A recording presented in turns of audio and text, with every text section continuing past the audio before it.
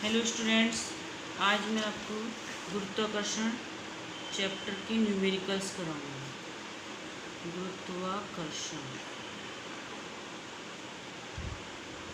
ठीक है।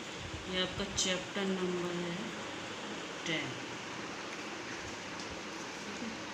डेट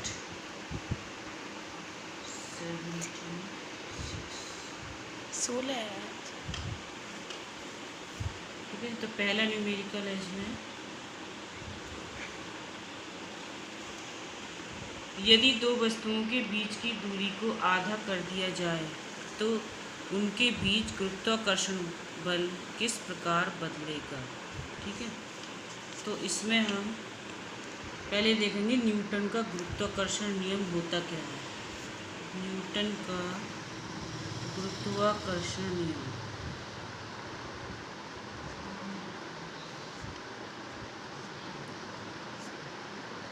क्या होता है। ये F बराबर जो आकर्षण बल होता है G(m1 m2 बटे r²). ठीक है। जहाँ पर m1 एक पिंड का द्रव्यमान होता है, m2 दूसरे पिंड का द्रव्यमान होता है और r जो होता है दोनों पिंडों के बीच की दूरी होती है।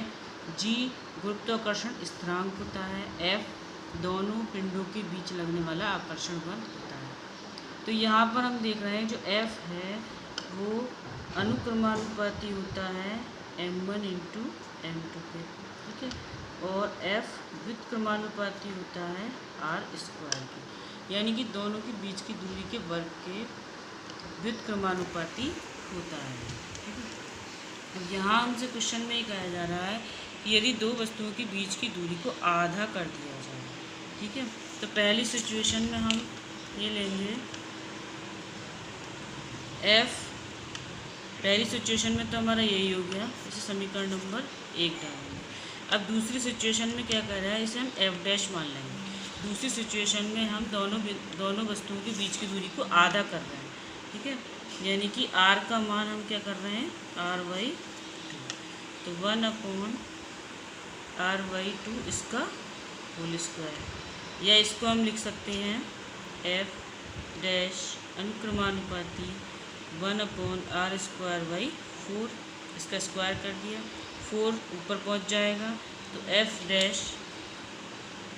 अनुक्रमानुपाती 4/r²। ये समीकरण नंबर 2 आ गया। अब हम इन दोनों समीकरणों की तुलना कर लेंगे। ठीक है। तो F'/F हम निकाल लेंगे, तो कितना हो जाएगा, बराबर हो जाएगा ये 4/r²। ये तो F' का मान हो गया और F का मान लगा दो। अब F का मान ये हो गया 1/r²। ठीक है। तो 1 यहाँ रह जाएगा, r² ये पहुँच जाएगा ऊपर। r² से r² कैंसिल हो जाएगा तो ये इसका मान बचा 4। तो F' हो जाएगा 4F। ठीक है। यानी कि जो अगर हम दोनों वस्तुओं के बीच की दूरी आधी कर दें तो उनके बीच लगने वाला जो आकर्षण बल है वो 4 गुना बढ़ जाएगा। ठीक है। ये हमारा पहला क्वेश्चन हो गया। अब दूसरा क्वेश्चन है,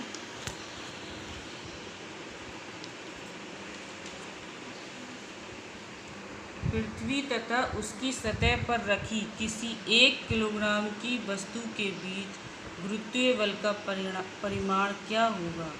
पृथ्वी का द्रव्यमान दे रखा है 6 × 10⁻24 किलोग्राम तथा पृथ्वी की त्रिज्या दे रखी है 6.4 × 10⁻6 मीटर। ठीक है। तो हमें गुरुत्वीय बल का परिमाण निकालना है। ठीक है। कैसे निकालेंगे ये हम,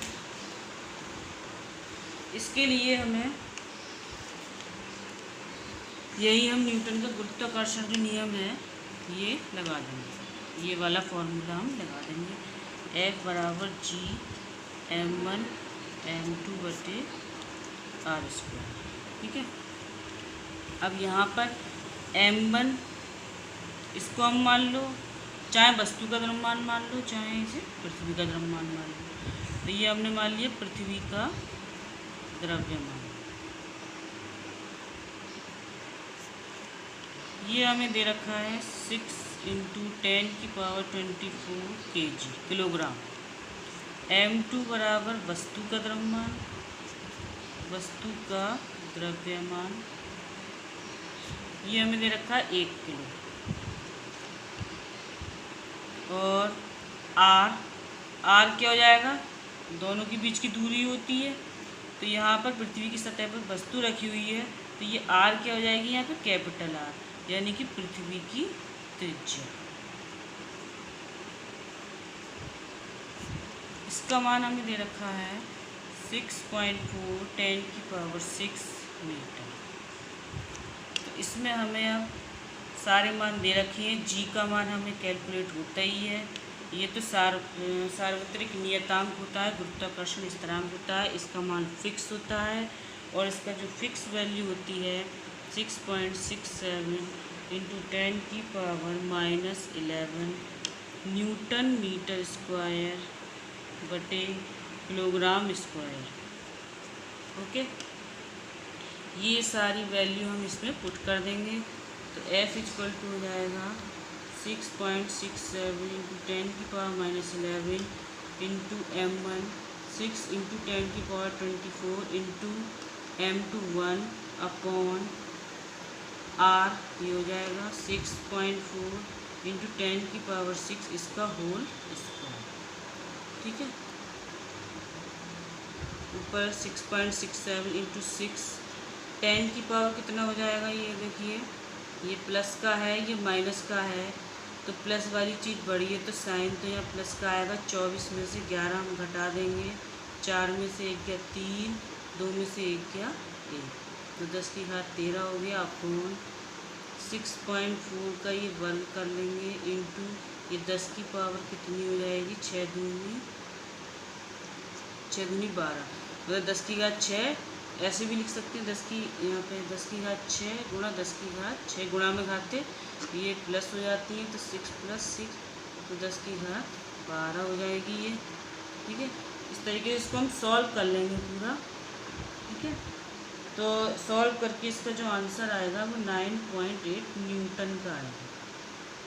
बल का मात्रक न्यूटन होता है, तो ये हमारा आंसर आ गया 9.8 न्यूटन। तीसरा क्वेश्चन आता है आपका, इसे रब कर दीजिए।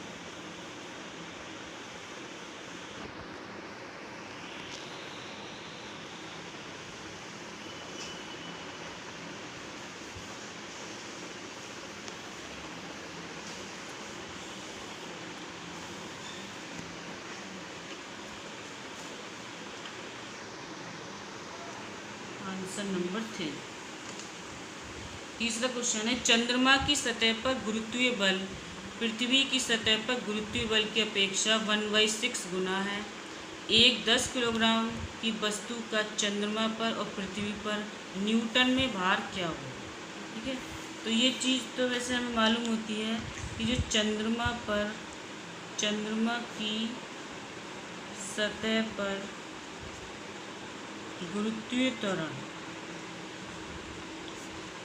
त्वरण, इसको हम G' मान लेते हैं, वो पृथ्वी पर गुरुत्वीय त्वरण का 1/6 होता है, जहाँ पर G क्या है, पृथ्वी की सतह पर गुरुत्वीय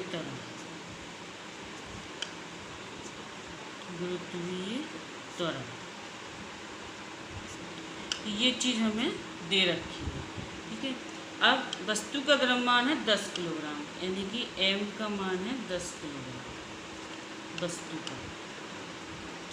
वस्तु का द्रव्यमान। ठीक है, तो पहले हम क्या करेंगे, पृथ्वी पर निकाल लेंगे। पृथ्वी की सतह पर वस्तु का भार। अब भार क्या चीज़ होती है, भार को हम लिखते हैं W से। ठीक है, W का जो फॉर्मूला होता है mg, यानी कि द्रव्यमान में अगर हम गुरुत्वीय त्वरण की गुणा कर देते हैं तो वो चीज़ क्या बन जाती है, भार बन जाती है। ठीक है, तो m का मान है 10 किलोग्राम। पृथ्वी की सतह पर जो गुरुत्वीय त्वरण होता है उसका मान होता है 9.8 मीटर बटे सेकंड स्क्वायर। ठीक है, तो 9.8 हम यहाँ पे मान लगा देंगे, दशमलव हटा के नीचे 0 बढ़ा लेंगे, 10 से 10 काट देंगे तो 98 न्यूटन का जो हो गया ये पृथ्वी की सतह पर भार हो गया वस्तु का। ठीक है, अब हम निकालेंगे चंद्रमा की सतह पर। चंद्रमा की सतह पर वस्तु का भार,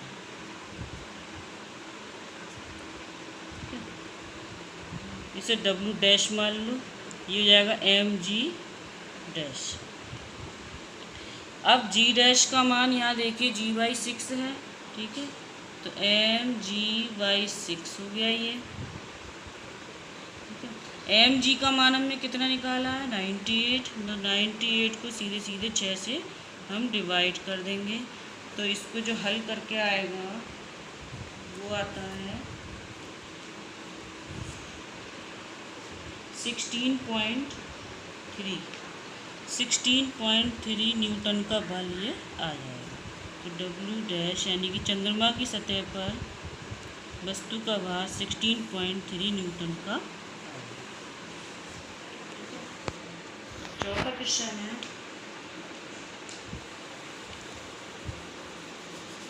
लास्ट कर रही है 11 मिनट की।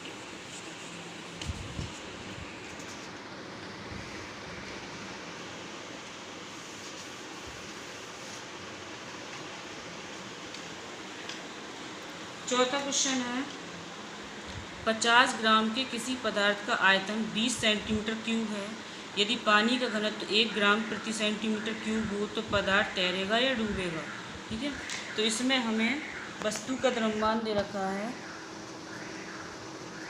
वस्तु का द्रव्यमान दे रखा है 50 ग्राम। ठीक है, आयतन दे रखा है इसका 20 सेंटीमीटर क्यूब। ठीक है, तो इसका हम पहले घनत्व निकाल लेंगे, वस्तु का घनत्व। अब घनत्व का फार्मूला आपको याद होगा, घनत्व बराबर होता है द्रव्यमान बटे आयतन। ठीक है, पढ़ा होगा आपने, द्रव्यमान बटे आयतन। ठीक है, तो द्रव्यमान हो गया 50 बटे आयतन है 20, तो ये हो गया 5/2 यानी कि 2.5 ग्राम प्रति सेंटीमीटर क्यूब। ये घनत्व का मात्रक हो गया। अब हमें यहाँ पर देखिए पानी का घनत्व दे रखा है 1 ग्राम बटे सेंटीमीटर क्यूब। पानी का घनत्व बराबर है 1 ग्राम प्रति सेंटीमीटर क्यूब। अब हम यहाँ पे क्या देख रहे हैं कि जो अतः वस्तु का जो घनत्व है, वस्तु का घनत्व ज़्यादा है पानी के घनत्व से। पानी का घनत्व, ठीक है।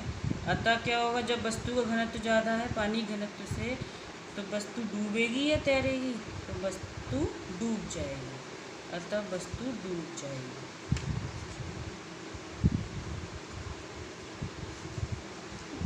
ये आपका आंसर हो गया। 5वां क्वेश्चन है आपका,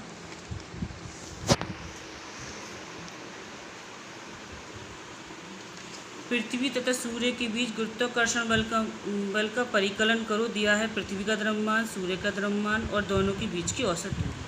तो ये देखिए यहाँ पर हम लिख लेंगे पृथ्वी का द्रव्यमान, इसे m1 मान लीजिए, ये है 6 × 10⁻24 किलोग्राम। सूर्य का द्रव्यमान m2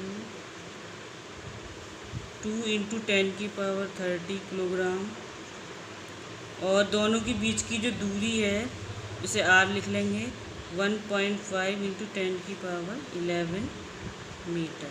और g का मान हमें पता ही होता है 6.67 × 10⁻11 न्यूटन मीटर स्क्वायर बटे किलोग्राम स्क्वायर। ठीक है। इसमें भी हम न्यूटन का गुरुत्वाकर्षण नियम लगा देंगे। F बराबर G m1 m2 बटे r स्क्वायर। सारी वैल्यू यहाँ पे लगा देंगे। m1 6 × 10⁻24, 2 × 10⁻30 अपॉन 1.5 10⁻11 इसका होल स्क्वायर। ठीक है। फिर इन सारे मान को जो हल करेंगे हम, तो इसका आंसर आ जाएगा 3.56 × 10⁻22 न्यूटन। तो इतने न्यूटन का बल लगेगा सूर्य और पृथ्वी के लिए। ठीक है। आपको न्यूमेरिकल समझ में आ गए होंगे। Okay, thanks.